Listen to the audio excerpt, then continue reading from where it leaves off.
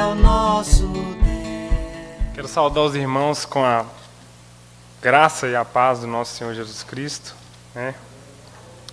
Dizer que é um privilégio muito grande, né, para mim estar aqui, né? E confesso, eu estava conversando com o Henrique mais cedo, eu acho que a situação que eu fiquei mais nervoso na minha vida fora agora foi um dia que eu tinha que confessar para a menina que eu gostava dela. Mas Deus é que capacita a gente para tudo nessa vida, né? E é uma arrogância muito grande da nossa parte achar que todo mundo nasce pronto ou que a nossa diligência, o nosso trabalho, ele vai ser isento de erro em qualquer circunstância, né? Principalmente em se tratando da palavra de Deus, que é totalmente inspirada e guiada pelo Espírito de Deus, né? Eu quero fazer uma breve oração antes da gente começar, mas eu já peço os irmãos para abrirem aí as suas escrituras em João, capítulo 6, do versos 60, nós vamos ler até o verso 69. Eu vou ler e os irmãos acompanham aí, porque a minha tradução aqui está diferente, então se a gente fizer uma leitura em conjunto vai acabar ficando confuso, né? Eu vou só fazer uma breve oração por nós, primeiramente. Pai querido, primeiramente eu quero agradecer ao Senhor pela oportunidade de estar aqui. Como eu disse, Senhor, em última análise, ninguém é digno, Pai, porque nós somos pecadores, falhos, Senhor, e merecedores de todas as graças que o Senhor nos dá, Pai. Principalmente, Senhor, a vida eterna em Cristo Jesus, meu Deus. Eu bendigo ao Senhor, Pai, por tudo que o Senhor tem feito até aqui, Senhor. O Senhor é bom. E a multidão das Tuas misericórdias, como diz o salmista, elas são a causa de não sermos consumidos a cada dia, Senhor. Bendito seja o Seu nome, Pai, porque o Senhor é bom, mas muitas vezes na nossa ignorância, Senhor, isso escapa aos nossos olhos, Pai, e a gente se vê muitas vezes resmungando, Pai, como aquele povo no deserto, Senhor, conduzido por Moisés. Nós pensamos que as nossas vidas são as mais difíceis, Senhor. No entanto, a Sua mão, nós sabemos que nos momentos de dificuldade é um momento em que ela está mais próxima, Senhor, mais em cima de nós, Senhor, porque, como diz o apóstolo Paulo, o Seu poder se aperfeiçoa na nossa fraqueza, Senhor. Por isso, bendito seja o Senhor por cada tribulação, Senhor, e pela graça que o Senhor tem concedido a cada irmão e irmã, e a mim, Senhor, para suportar, meu Deus. Eu dou graças ao Senhor pelo privilégio de nos reunirmos aqui como igreja, podemos ouvir a Sua palavra, Senhor. Nós sabemos que a vida em comunidade é um meio de graça que o Senhor nos dá, porque aqui nós temos irmãos que nos consolam, que nos exortam, que nos repreendem, Senhor, que caminham na mesma estrada que nós, Pai, que muitas vezes, Senhor, são usados pelo Senhor para operar essas coisas em nós, Pai. Bendito seja o Senhor pelo corpo de Cristo, que é a igreja, Senhor, que é um meio de graça maravilhoso que o Senhor concedeu por nós, concedeu a nós. Que o Senhor abençoe, Senhor, em nome de Jesus, os nossos corações e mentes, para que essas palavras que aqui forem ditas sejam usadas, Senhor, conforme a Sua vontade, para atrair, Senhor, cada um daqueles que o Senhor se agradar à Sua presença, meu Deus. Eu peço ao Senhor, meu Pai, fala aos nossos corações. Nós sabemos, Senhor, como Nicodemos ouviu há pouco, Senhor, de Jesus Cristo, que se nós permanecermos, Senhor, se o ser permanecer na carne, Senhor, ele continuará a ser carne, mas aquele que é nascido do Espírito é Espírito, Senhor. E que haja nascimento espiritual, Pai, que haja desobstruimento das visões, Senhor, daqueles dos quais o Senhor se agradar, meu Deus. Em nome de Jesus é a oração que eu peço ao Senhor, e que seja feito conforme a Sua vontade, Pai, nunca segundo a nossa, Senhor. Amém, Pai. Então, como eu falei, eu vou ler aqui, e aí os irmãos acompanhem aí, por favor. Muitos dos seus discípulos, ouvindo isso, disseram: duro é esse discurso, quem o pode ouvir? Compreendendo que seus discípulos se queixavam a respeito do que ouviram, Jesus lhes disse: isso vos escandaliza? O que aconteceria então se visseis o Filho do Homem subir para onde primeiro estava? O Espírito é que vivifica, a carne para nada serve. As palavras que eu vos disse são Espírito e vida.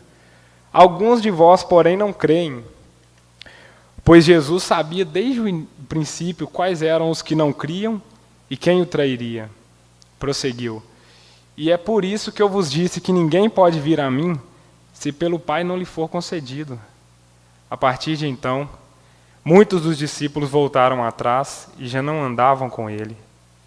Então perguntou Jesus aos 12, não quereis vós também retirar-vos? Respondeu-lhe Simão Pedro, Senhor, para quem iremos nós? Tu tens as palavras da vida eterna. Nós cremos e conhecemos que Tu és o Cristo, o Santo de Deus.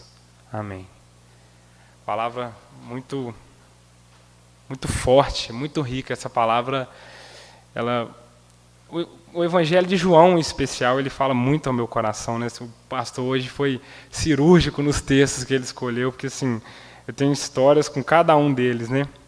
Mas tratando especificamente desse, eu não vou ficar muito no texto, não, porque como o pastor mesmo disse, eu vou dar uma passada rápida aqui e falar da minha experiência, né, com o Evangelho, né, de transformação que Deus, pela sua graça, operou em mim. Mas, voltando um pouco ainda no texto, no começo do verso 60, Jesus, os discípulos, né, quando ouvem o que Jesus havia dito, e alguns versos atrás, para que haja uma contextualização, que os irmãos não fiquem um pouco perdidos, Jesus primeiro ele faz a multiplicação dos pães, e aí muitos naquele momento, a princípio, né, parecem reconhecer nele alguma divindade e entender que ele de fato era um profeta vindo da parte de Deus. E naquele momento, eles queriam coroá-lo rei, né, e aí Jesus, sabendo daquilo, ele sai e vai para o monte. Logo depois daquilo acontece aquela passagem que ele caminha sobre o mar, e aí os seus discípulos veem, né, a sua grandeza, o seu poder. E um pouco mais adiante, aquela mesma multidão que acompanhou ele no momento da multiplicação dos pães, ela volta para onde Jesus tinha ido, ela vai para onde Jesus tinha ido, procurando por ele novamente. E aí no começo do capítulo 6, no verso 22 do capítulo 6, ele começa a dialogar com a multidão, e ele fala uma coisa interessante para ela. Ele fala assim, olha, vocês vieram atrás de mim, não foi porque vocês se maravilharam com aquilo que eu fiz, não. Vocês vieram porque vocês comeram e se fartaram. Olha que coisa engraçada, né? Então isso já deixa claro para a gente que no início, quando a gente vê que o apóstolo João, ele reconhece que alguns deles tinham visto em Cristo um traço de divindade, reconhecendo ele como profeta, mas não foram todos. E aí logo em seguida, depois que Jesus fala isso, ele começa a discursar para eles a respeito deles fazerem a obra de Deus, né? E aí eles perguntam, mas como que a gente faz a obra de Deus? Ele fala assim, a obra de Deus é que vocês creiam naquele que ele enviou. E aí eles falam assim, não, mas como é que o senhor quer que a gente creia se o senhor não fez nenhum sinal? Olha que coisa absurda, né? Coração endurecido, como é que se comporta? Eles estavam lá na multiplicação, Jesus veio e falou com eles aquilo, que eles voltaram para procurar mais comida, não por causa daquilo que Cristo representava e que Cristo era. E logo em seguida, eles falam, mas como é que a gente vai crer se o Senhor não manifestar nenhum sinal? Isso já é uma manifestação clara, né, da dureza do coração deles, do fato de que, como Jesus disse a Nicodemos, né, e como ele disse aqui também nesse verso 63 que eu li, ele fala que a carne para nada serve, porque aquele que é nascido da carne é carne, né, ele só entende as coisas do mundo, né. E aí Jesus continua discursando, e ele entra numa linguagem mais figurativa, né, falando que ele era o pão descido do céu, que sua carne era verdadeiramente comida, o seu sangue verdadeiramente comida. E é aí que entra esse trecho que eu comecei a ler para vocês. É exatamente disso que no verso 60 os discípulos estão falando, quando eles falam que o discurso era duro. Eles haviam entendido que literalmente eles deveriam comer e beber o sangue de Cristo. Vejam a tamanha ignorância daqueles que estavam ouvindo, né? O tamanho da surdez e ceguidão espiritual na qual eles estavam. E aí, quando Jesus Cristo fala aquilo tudo, eles se escandalizam. Jesus entra nesse discurso e começa a dizer para eles, né, a partir do verso 61, né, ele compreendeu que eles estavam se queixando, que eles não haviam entendido aquilo que ele quis dizer, e ele fala, isso escandaliza vocês, mas o que aconteceria então, se vocês me vissem subir para onde, né, primeiro eu estava? E ele completa, o Espírito é o que vivifica, mas a carne para nada serve. Alguns de vós, porém, não creem. E aí o apóstolo completa dizendo que Jesus sabia, né, um traço até da sua natureza divina, aqueles que não criam nele. E aí ele diz uma coisa que para nós reformados é uma dos textos, né, que fundamentam a doutrina da salvação inteiramente pela graça. Ele completa aquilo que ele já havia dito nesse discurso em que ele falava que ele era o pão descido do céu, o pão da vida. Ele chega a mencionar nos versos anteriores que aquele que não fosse dado pelo Pai a Cristo não poderia ir a ele. E aí quando eles se escandalizam, né, por causa daquele discurso, Jesus ainda completa, né, de maneira muito clara ele diz assim, é por isso que eu disse para vocês que ninguém pode vir a mim se não for concedido pelo Pai. É um texto muito claro que fala desse aspecto da salvação pela graça, porque o homem natural, ele acha que as coisas de Deus são loucura, né, como o apóstolo Paulo fala em 1 Coríntios. Então, somente o Espírito é capaz de abrir o nosso entendimento. Essa é a frase que Jesus já havia mencionado para Nicodemos, no texto que o pastor leu agora há pouco, e é exatamente disso que ele fala, quando ele diz aqui no verso 63, que é o Espírito que vivifica, ou seja, é o Espírito que traz vida, né, que regenera o nosso coração de pedra e transforma ele em um coração de carne, capaz de aceitar a mensagem do Evangelho. Então é por isso que Jesus fala com eles que eles não eram capazes de crer, e a mensagem de Jesus ela foi muito clara, se a gente analisar profundamente, porque, como eu disse para vocês, ele fala exatamente assim, os discípulos, essa multidão que estava seguindo, pergunta, como é que a gente faz a obra de Deus? Ele fala assim, a obra de Deus é que vocês creiam naquele que o Pai enviou, que sou eu. E ele ainda chega a mencionar de novo, que no verso 39, ele fala, a vontade daquele que me enviou é que eu não perca nenhum daqueles que ele me deu.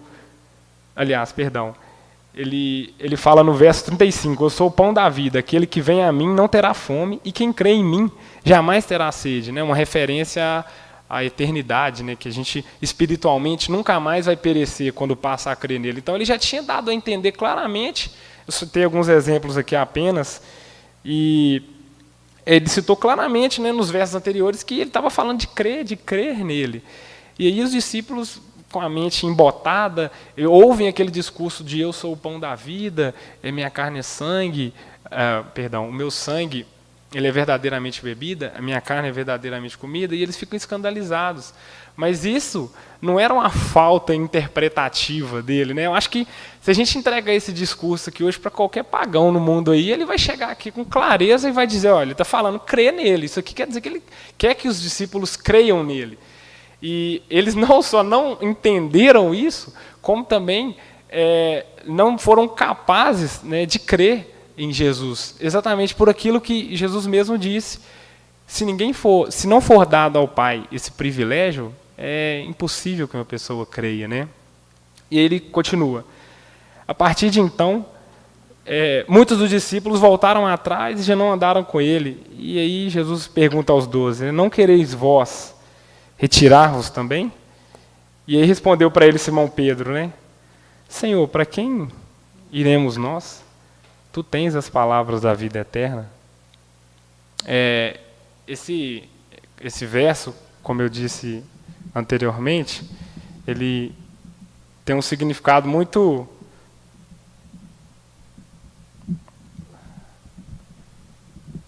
Como é que aumenta um pouquinho aqui, por favor?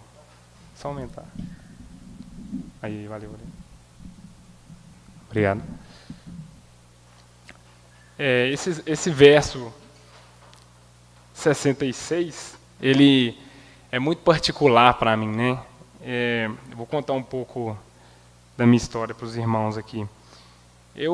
Na minha primeira experiência com o Evangelho, com sinceridade, eu eu não conseguiria descrever para vocês, assim, olha, foi dia tal, eu ouvi o Evangelho e nesse dia... Não, eu não creio que isso seja um indicativo de que alguém não seja regenerado nem salvo.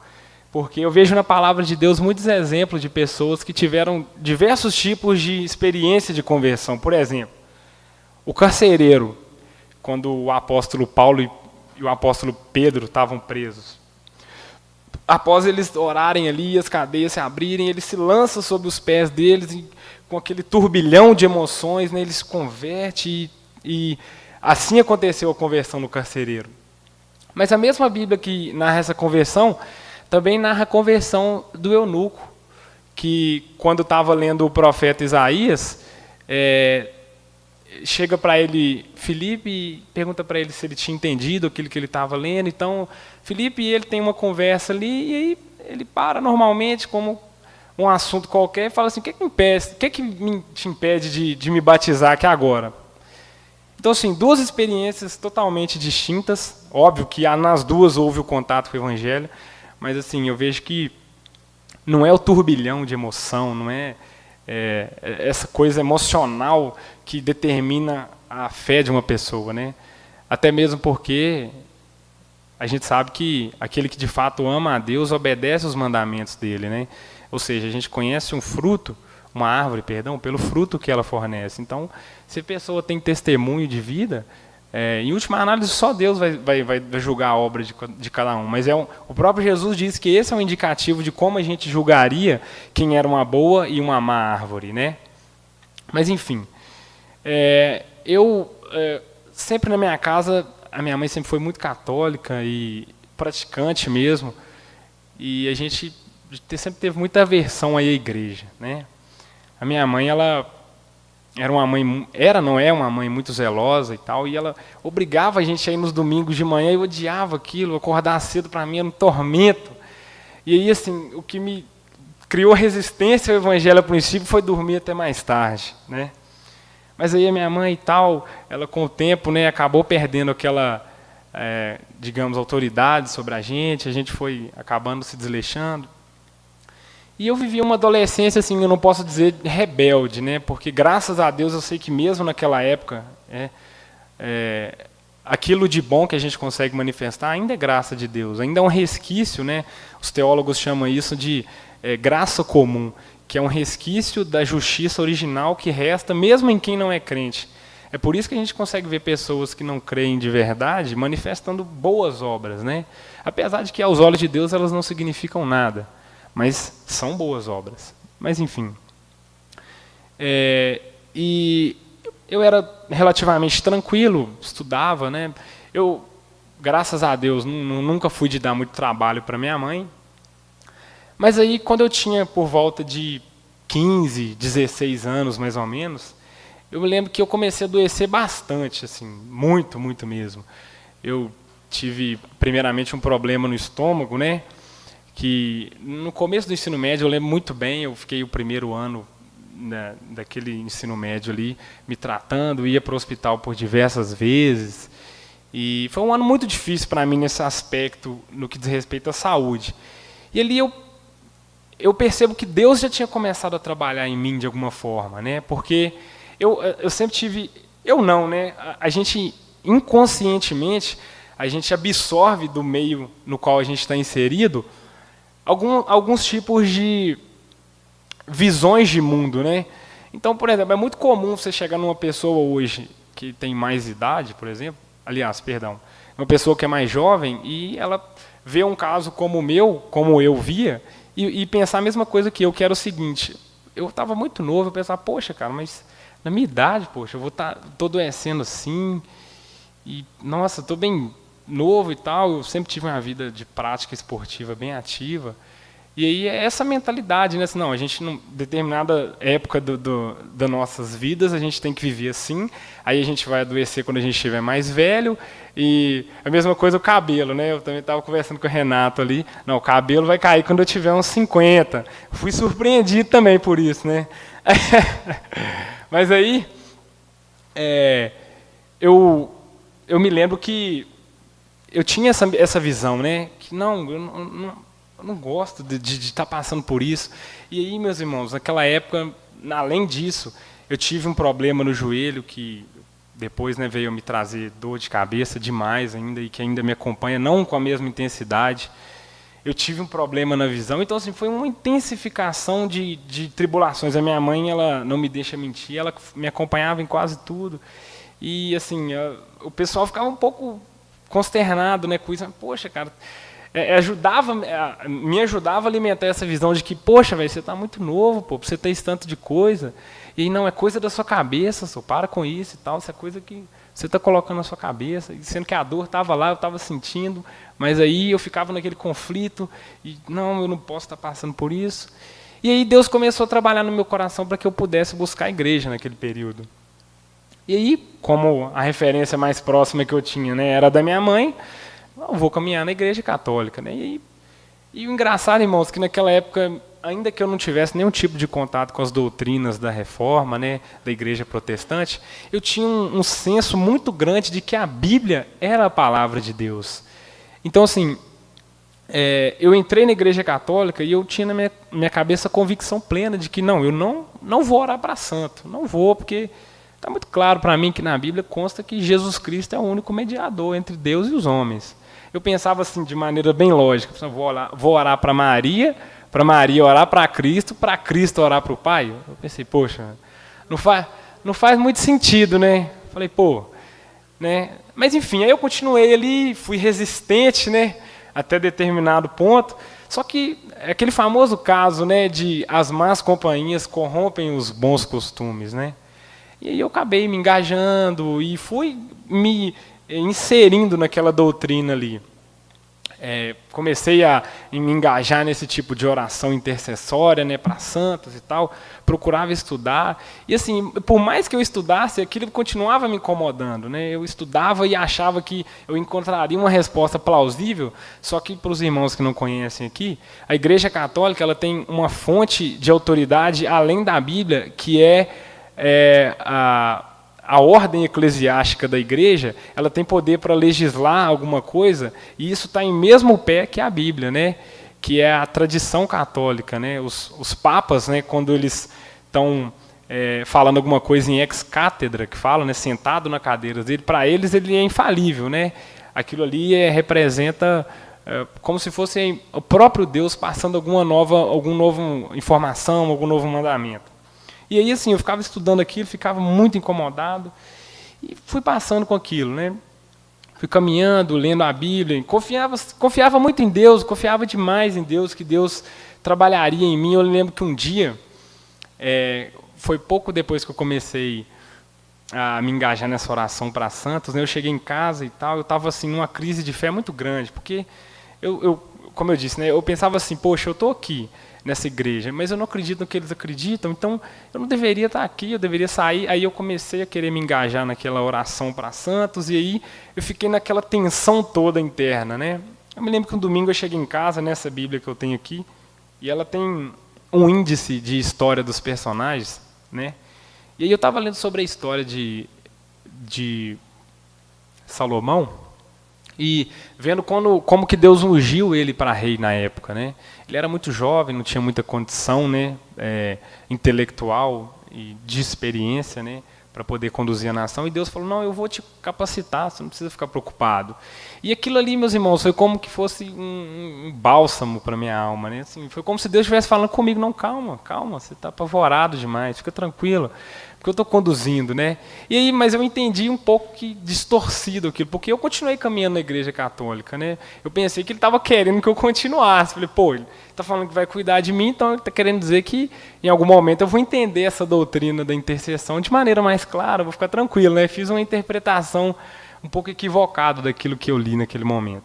Mas aí Deus, né, como ele trabalha do jeito que só ele conhece, né, eu continuei caminhando, me engajava em muitas coisas e tal. E aí, determinado dia, nós viajamos para o interior, né, da minha família, e aí tinha um primo meu lá, ele até teve aqui domingo, Geraldo, ele é da Igreja Assembleia de Deus. E aí ele chegou até mim, a gente nunca teve muito contato, porque ele sempre trabalhou muito, né? E aí ele falou comigo assim, cara, ele parece que sabia que eu era cristão, falou, olha, vamos estudar a Bíblia aí um dia aí. Eu falei, não, beleza, vamos lá. Aí uma noite a gente estava sentado, né, trocando ideias e tal. E aí ele começou a falar do evangelho comigo, né, falando que a salvação era pela graça e tal. E a princípio aquilo até que foi até familiar para mim, né? Assim, não, isso eu entendo e tal. Na Igreja Católica, assim, eles têm uma ideia muito sinergista da salvação. O que isso quer dizer? Que nós cooperamos para que nós sejamos salvos, né? Ou seja, Deus vai você tem que crer na obra, mas se você não perseverar por conta própria, não fizer a sua parte, você perde a sua salvação, né? A Igreja Católica tem um pouco essa visão. Então, ele veio tentar desconstruir um pouco disso, né? E aí eu tentando argumentar e tal. E aí a gente não chegava a lugar nenhum, e aí, eu não me lembro qual assunto que a gente estava tratando, ele falou assim, não, e aí começou a falar comigo de predestinação. Ele abriu Romanos 9 e começou a explicar aquilo ali para mim. E assim, fez um sentido tão grande. E eu falei assim, mas como é que você é tão claro assim? Eu nunca tinha visto isso dessa forma e tal. E eu lembro que foi uma das piores noites que eu já tive na minha vida. Eu dormi, tive pesadelos horríveis, né? Entrei numa crise de fé de novo, porque eu pensei, poxa, então isso é verdade, a Bíblia está expressando que de fato nós somos predestinados, né? Segundo o beneplácito, né, da vontade de Deus, como diz Efésios, né? Então, mas como é que pode a Igreja Católica então estar ensinando alguma coisa errada? Será que eu estou certo realmente em continuar lá? E aí foi horrível, foi um dos piores dias que eu tive na fé assim, na minha vida. E aí eu voltei de lá decidido a comprar um livro, estudar mais. E eu comprei um livro que explica as principais correntes teológicas que tiveram na época da Reforma, chama Teologia da Reforma. E aí, lendo ali, eu fui principalmente no trecho de predestinação. E lendo ali, vendo que aquilo fazia muito sentido, não teve outro caminho, né? Eu falei, não, eu acho que realmente eu tô fazendo alguma coisa errada, não tem como não. E eu lembro, meus irmãos, que no dia que eu falei assim, não, por que isso é importante? Eu quero que os irmãos tentem entender, apesar de ser difícil, porque a gente não está no lugar do outro, né? Naquela época, assim, a fé sempre foi tudo para mim, né? Tudo que eu organizava em torno da minha vida era baseado naquilo. Então, assim, se eu me envolvi num relacionamento, poxa, o que Deus quer que eu faça nesse relacionamento? Que é o que um cristão normalmente deve fazer, né? Deve se perguntar em tudo aquilo que ele faz, qual que é a vontade de Deus, né? E aí, quando eu me vi nesse choque, assim, foi como perder o chão, né? Tudo aquilo em que você depositou tempo e esperança por muito tempo te deixou desapontado, né? E aí, mas eu confesso para vocês que no dia que eu decidi sair, foi como se eu tivesse tirado uns 500 quilos das costas, né? Porque eu senti um alívio tão grande de não ter que lidar com aquelas tensões mais. E não só isso, mas principalmente, meus irmãos, aí que eu já entendo que Deus começou a operar mais abundantemente no meu entendimento, né? Quando eu entendi as doutrinas da graça, meus irmãos, principalmente a da soberania de Deus, no princípio foi confuso para mim, né?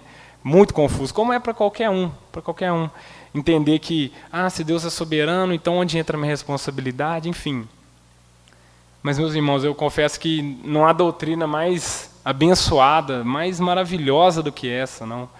Porque, assim, se dependesse da gente, depois eu comecei a desenvolver essas ideias na mente, né, a partir dessas doutrinas. Se dependesse da gente, meu irmão, a gente já estava perdido há muito tempo, né? Porque o nosso coração é enganoso, né? A gente leu aqui agora há pouco aqui, exemplos de pessoas de coração enganoso como a gente. A gente vê as coisas assim, bate na nossa cara, né? A multidão diz para Jesus, né? Como é que você quer que eu creia se o Senhor não me deu nenhum sinal? Jesus tinha feito um sinal há poucos dias para eles, e a gente é assim.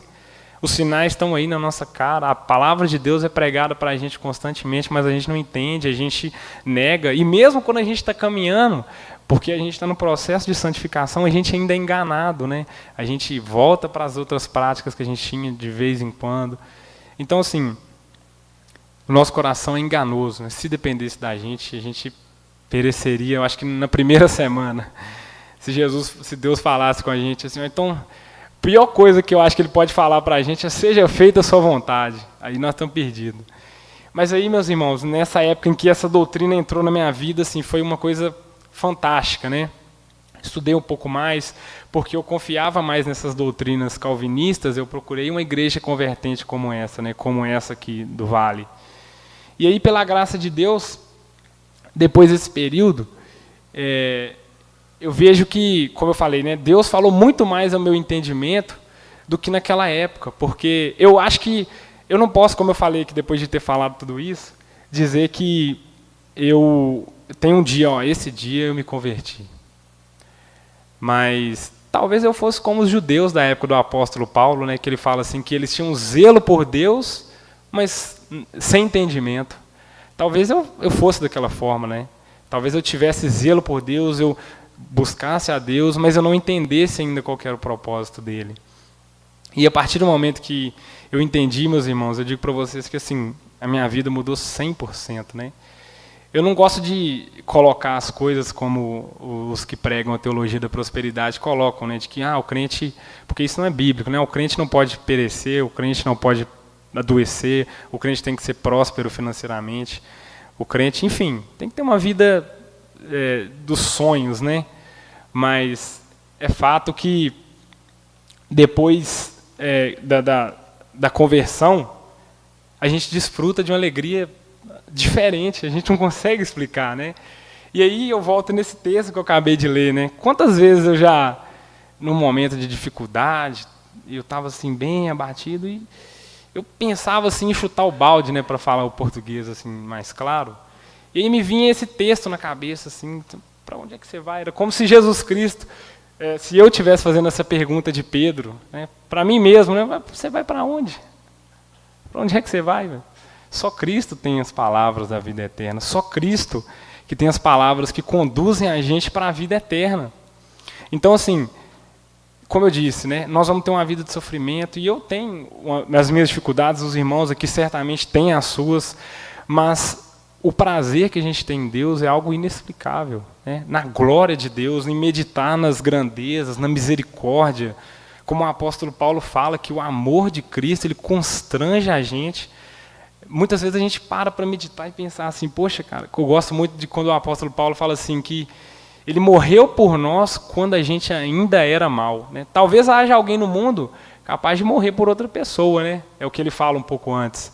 Talvez por alguém justo alguém tenha coragem de morrer, né? Talvez uma mãe por um filho, provavelmente. A minha certamente faria isso. Mas ele morreu por nós quando a gente ainda era mal. Olha como é que isso é profundo, como é que isso é maravilhoso. Então, meus irmãos, caminhar na fé, acreditar nessas palavras de Cristo, que são a vida eterna, trazem um significado, uma satisfação maravilhosa para a vida da gente. E quanto mais eu entendo, assim, mais alegre eu me sinto, né? Apesar de, como eu disse, às vezes a gente está abatido, mas a gente volta sempre para as promessas de Deus, a gente volta para essas promessas aqui da vida eterna. E o apóstolo Paulo chega a dizer que as aflições que a gente passa aqui não hão nem de se comparar com a glória que há de ser manifesta para nós. Além disso, uma figura que Jesus usa, que eu acho maravilhosa, assim, eu nunca tive essa experiência, óbvio, porque eu não sou mulher, mas ele fala assim que o momento em que a gente passa aqui, ele é como uma mulher que está dando à luz, né? Ela sofre demais e naquele momento ali ela nem queria ter o filho, talvez, né? Mas na hora que ele nasce, a alegria é tão grande que ela até esquece da dor que ela passou. Então é exatamente assim que é a vida, vai ser a nossa vida naquele dia. Embora a gente sofra, a gente chore, embora a gente passe por dúvidas, Deus nos sustenta e Ele nos dá alegria para caminhar aqui naquele dia. Ele vai trazer sobre nós essa alegria suprema, né? Como o salmista diz, que na presença de Deus a alegria é perpétua, e na sua direita há delícias, na presença de Deus há plenitude de alegria, e na sua direita delícias perpetuamente. Então veja, a alegria máxima que o homem pode ter é caminhar com Deus, né? Ainda que, como eu disse, a gente enfrente dificuldades, né? A gente é consolado, né? Como o apóstolo Paulo fala, como eu falei aqui, quantas vezes eu fui consolado por esse verso? Eu dizia para mim, para onde é que eu vou?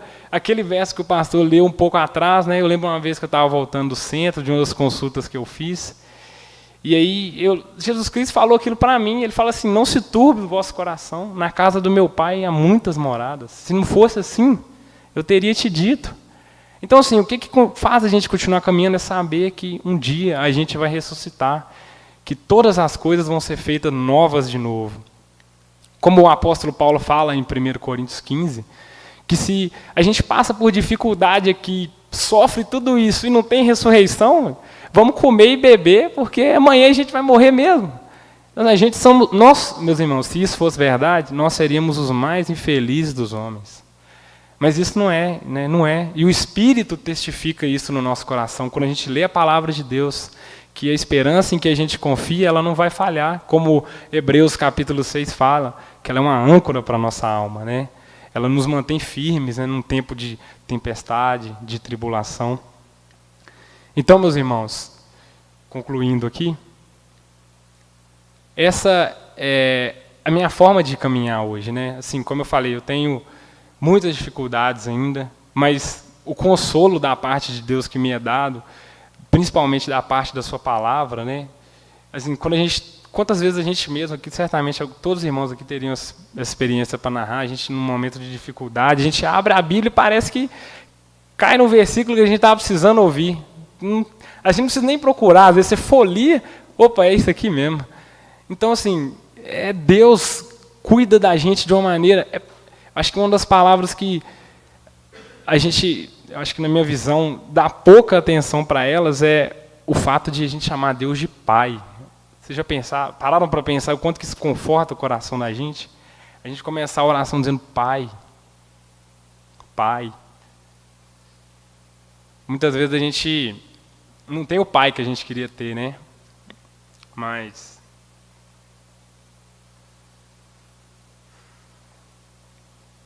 quando a gente fala assim com Deus, né, nosso coração ele descansa, né? E é confortante de uma maneira que só quem passa sabe como é que é. A gente chamar Deus de Pai, Pai. Só por essa palavra a gente emenda a oração já com segurança daquilo que a gente está colocando diante dele, né? Porque o próprio Jesus vai falar que nós que somos maus, a gente sabe dar coisa boa aos filhos da gente, né? Quanto mais o nosso Pai que está no céu dá a gente quando a gente pede. Então, meus irmãos, como diz a primeira pergunta do catecismo de Westminster, né, do breve catecismo, maior, perdão. Qual é o fim principal do homem? E aí está descrito lá assim, ele fala o fim, está no singular, o fim. Mas tem duas coisas, os teólogos que escreveram ela na época colocaram: glorificar a Deus e gozá-lo para sempre. Eu lendo um livro do John Piper há pouco tempo, ele falou uma coisa para a qual eu não tinha me atentado, que é muito interessante. Quando ele fala o fim, a gente entende que ele vai falar de uma coisa só, mas ele fala de duas. Só que no fim das contas ele está falando de uma coisa condicionada à outra, ou seja, na verdade o que eles queriam dizer era, quando a gente glorificar, quando a gente gozar a Deus eternamente, ele vai ser glorificado na nossa vida, direta e indiretamente. É uma coisa só. Então, usando aqui o bordão que ele gosta de usar, né, John Piper, ele fala que quanto mais alegre a gente está em Deus, mais glorificado Deus é em nós, né? É o que o apóstolo Paulo fala lá em Filipenses. Ele fala assim que, quando ele estava pedindo para ser liberto da cadeia, ele estava em dúvida se ele pedia para sair de lá ou se ele morria, porque ele falava assim, ó, de qualquer jeito Cristo vai ser engrandecido, seja no meu corpo, seja pela minha vida ou seja pela minha morte. Porque viver para mim é Cristo e o morrer para mim é lucro.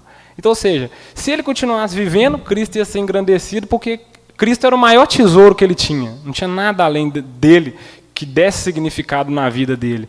E se ele morresse, ele ia ganhar Cristo como recompensa. Então, assim, qualquer coisa que acontecer vai glorificar o nome de Deus aqui.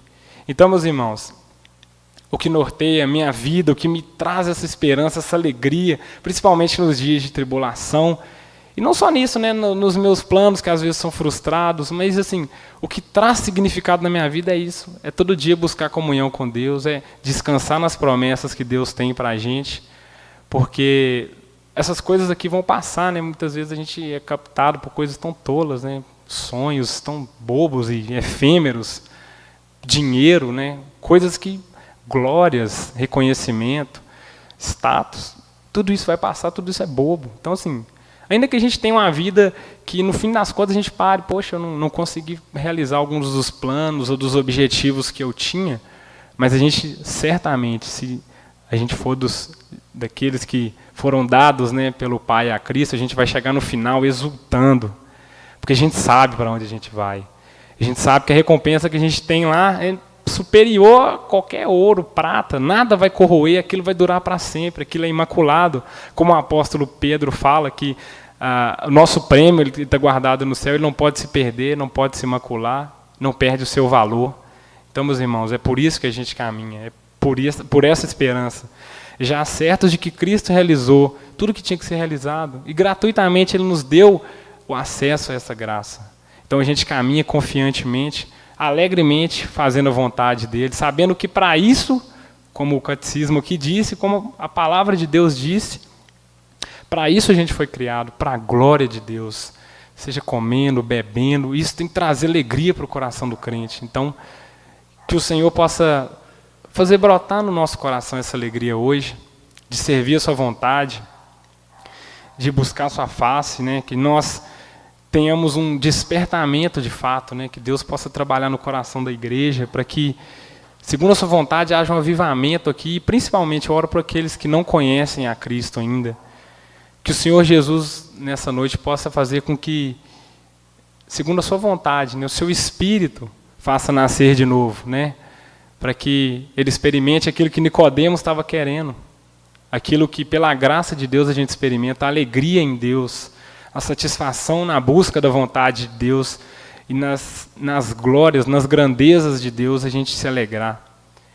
Amém.